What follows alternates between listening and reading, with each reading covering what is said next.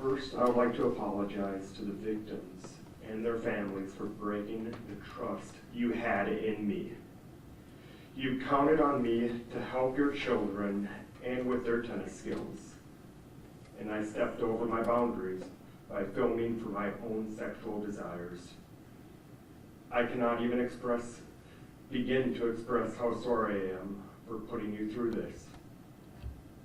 I know I can never change what I've done, but I can promise this will never happen again. Instead of seeking help, I told myself a lie. It wasn't hurting anyone because nobody knew. I now see the ripple effect that my poor decisions have had on these families, my former coworkers, and my own family. I accept full responsibility for my actions. I have a problem, and I've taken steps to get help. Since July, I have been seeing a professional counselor weekly who specializes with my issues. We have been working on figuring out how this all started and putting together an action plan on how to deal with my urges. I am truly, truly sorry for my actions and the pain that I've caused to everyone. I hope this sentence brings them healing. These cases are always very difficult. I would imagine they're difficult for any judge to work with, because it's difficult to know when you listen to all of the pain that you hear in these kinds of cases, how you translate a case like this into a term of years. It's an inexact process, and it's difficult.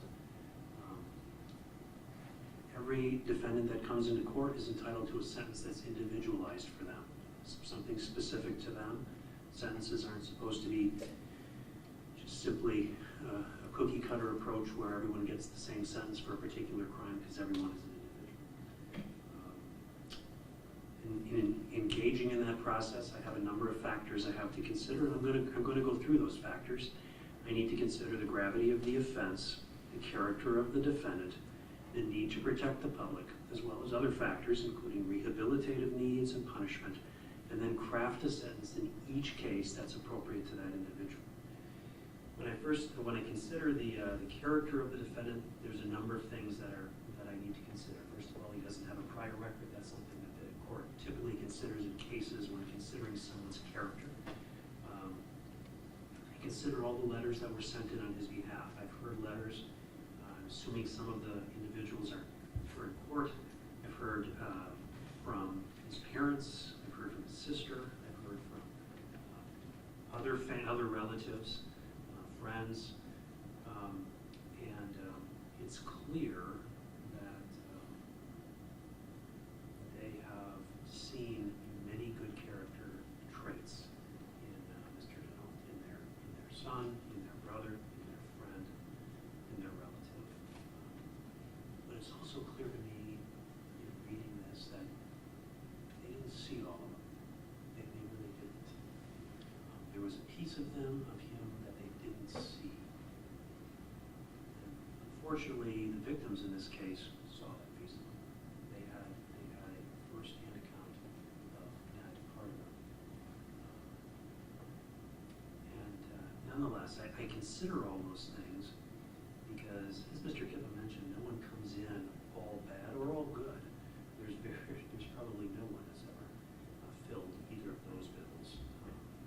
But clearly his family and his friends have seen good things, and I've read those things, and I take those into account because no one should show up in court and not be credited for the things they've accomplished in this world.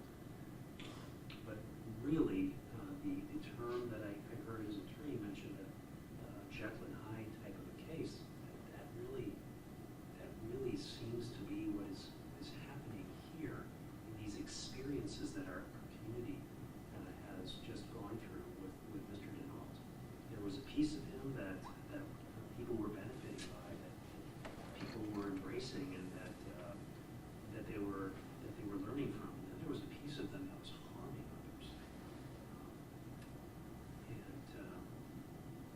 all of those things certainly cry out for some level of mercy. I've heard the term vengeance used. You know, the reality is these cases carry a level of initial confinement maximums that would have Mr. Denault sentenced to a period of incarceration far exceeding the number of days that he has left to walk this earth. There's really enough exposure of initial confinement here that would put him in prison for the rest of his life. So there's an ability, to the extent that pure vengeance was sought, to seek it. But short of that, there's a sense of mercy to it, that there's something more that all of us need. Nonetheless, I consider these things from his family, those that are close to him, those who see things in him that are worthwhile, that are worth coming into court today and saying, I'm with him, which is not an easy thing for anyone to do. And they see something of value, of worth in him, such that I think that speaks to his character. It's a credit to his character. When we think of the gravity of this offense, however, it gets deepest to some of the people that I heard from here today, some of the victims in the case. When we think of the gravity of this offense and how it's affected individuals personally, it's difficult to put a value on it. And yet, I can't help but think the ripple effect these kinds of things have in our community. Our community gets impacted tremendously by things like this going on. And there's a lot of different ways that impacts the community. First of all, parents lose trust in allowing their children to spend time with other adults. Teachers, we need teachers in our community because they instruct our children, and they have a lot of time with our children outside of the presence of parents. You start to lose trust in those adults because you don't know what might happen. Coaches, and it's interesting, coaches have a special place in our society, in our community, in this community that we live in. Coaches, a good coach can change someone's life forever. A bad one can do that too. They really can. And so when people in those positions that our community trusts, and we almost have to trust, betray that trust, it shakes the foundations of the community. It makes us all think twice about what we want to let our children do, who we want to let them be around. And as we question ourselves about that and make decisions based upon that insecurity, we impact the kids. Because kids need to be turned loose to a certain extent. They need to be able to grow. They need to be able to stretch their space and get some independence. And the more they get, the more they learn. They come back periodically and then they stretch some more. And as adults, we try to teach them to do that. And when they run into something where that trust is betrayed, it harms their ability to grow and be constructive members of the community. And then the community doesn't, not only do we not know who to trust our children with, but the people who have been betrayed are now in our community, and we sometimes don't even know who those might be. There might be behaviors we see and we don't realize what they've been through, what they're dealing with. And in that sense, our community deals with these things constantly. And it's troubling. It's a negative ripple that runs through our community. And that goes to the gravity of this offense. This is a serious offense. I'm dealing with Mr. Denault, who was a coach, someone who most people in our community not only trust, but expect to live up to their children. Incredibly positive role models and impacts for the rest of their lives.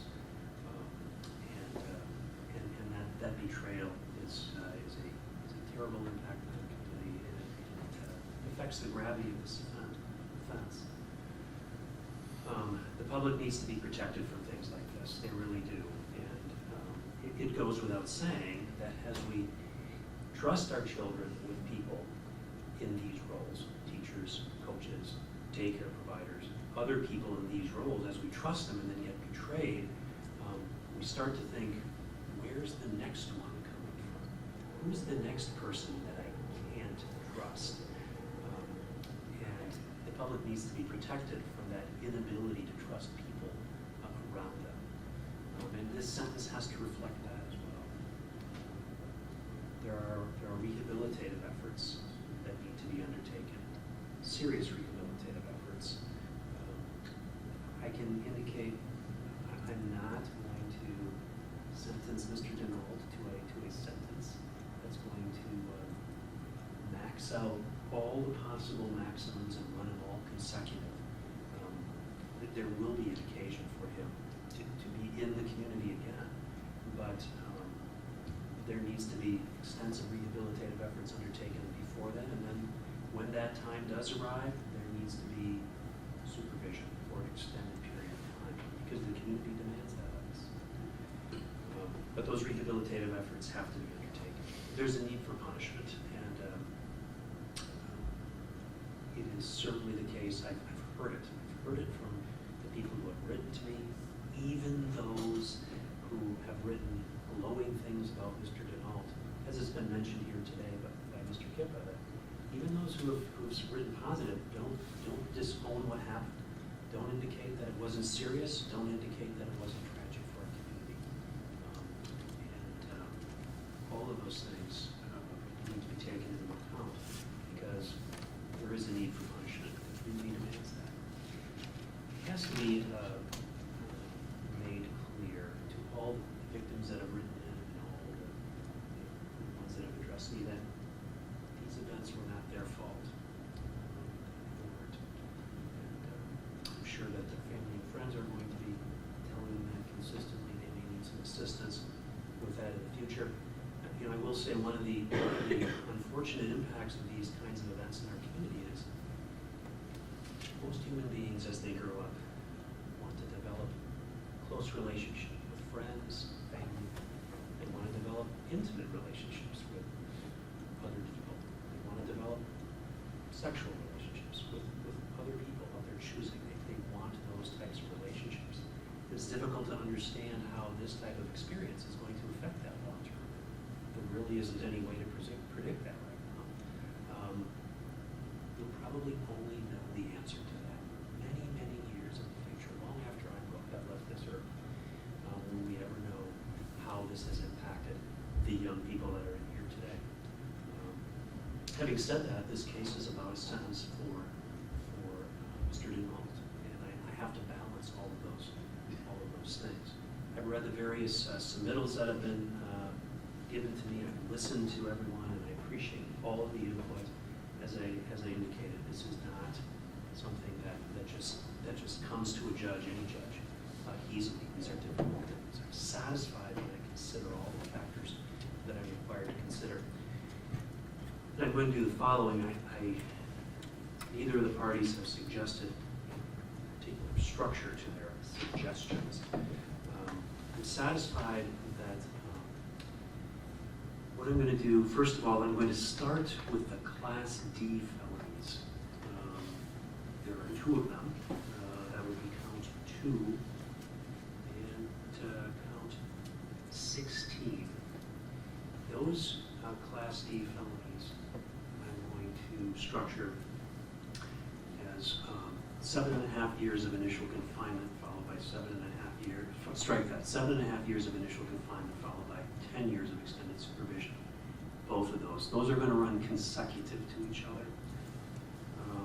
So each of the Class Ds will be 7.5 years followed by 10. The Class Cs are going to be concurrent to each other and concurrent to the Class Ds that I've now structured of 15 in and 15 out. 15 years of initial confinement followed by 15 years of extended supervision. Those will run concurrent.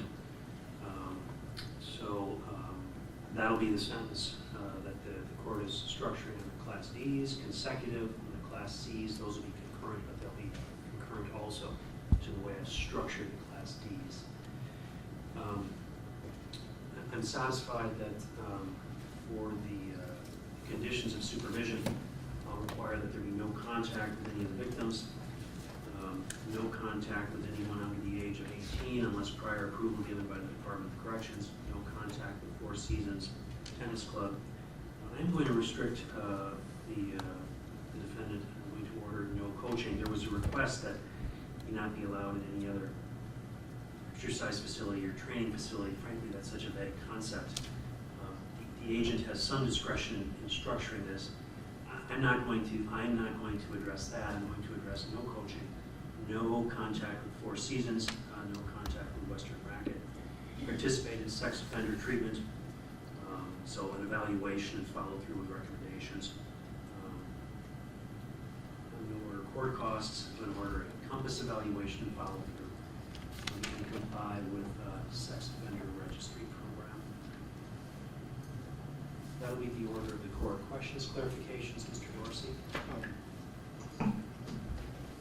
Judge, I would just ask, and this wasn't talked about during negotiations here, or I guess our finalized negotiations, but any restitution that might be submitted here after the fact for counseling related expenses, I would just ask for a 60-day total period. I didn't hear any argument on restitution. What I'll do is this. I'll hold restitution open for a period of 60 days. I'm assuming, Mr. Dorsey, as we sit here right this moment, there isn't anything on it. Is that accurate? Correct. Okay. So 60 days, if I don't hear anything in 60 days, the number will default to 0. If there is a request, that'll be submitted to Mr. Kippa. He'll have 14 days to object. If there's an objection, there'll be a restitution hearing held. If there is no objection, then the new default number will be the number that's requested. Anything else, Mr. Dorsey? No, Judge, thank you. Mr. Kippa, questions, clarifications? I'm sorry, it counts the Class D felonies. Can you just repeat the sentence on those? I'm not sure I caught it. Sure. It was 7.5 years initial confinement on Class D, followed by 10 years of extended supervision, consecutive. Sorry, I thought those were the Class Cs. Now we're going to make sure that everybody's on the I'm sorry, the same Judge. page, because I don't want to have to come back and sort this out 6 months from now. So the lower level chart, first of all, nobody suggested how I should structure this, and everybody was looking for, but I'm not going to get into that. So I took the Class Ds. Class Ds indicating maximum initial confinement, 15 years, maximum extended supervision, 10. So I propose 7.5 initial confinement, followed by 10 years of extended supervision for the Class Ds. They're going to be consecutive to each other. The other counts are Class Cs, where the maximum is 25 initial confinement, 15 extended supervision. And I ordered 15 and 15.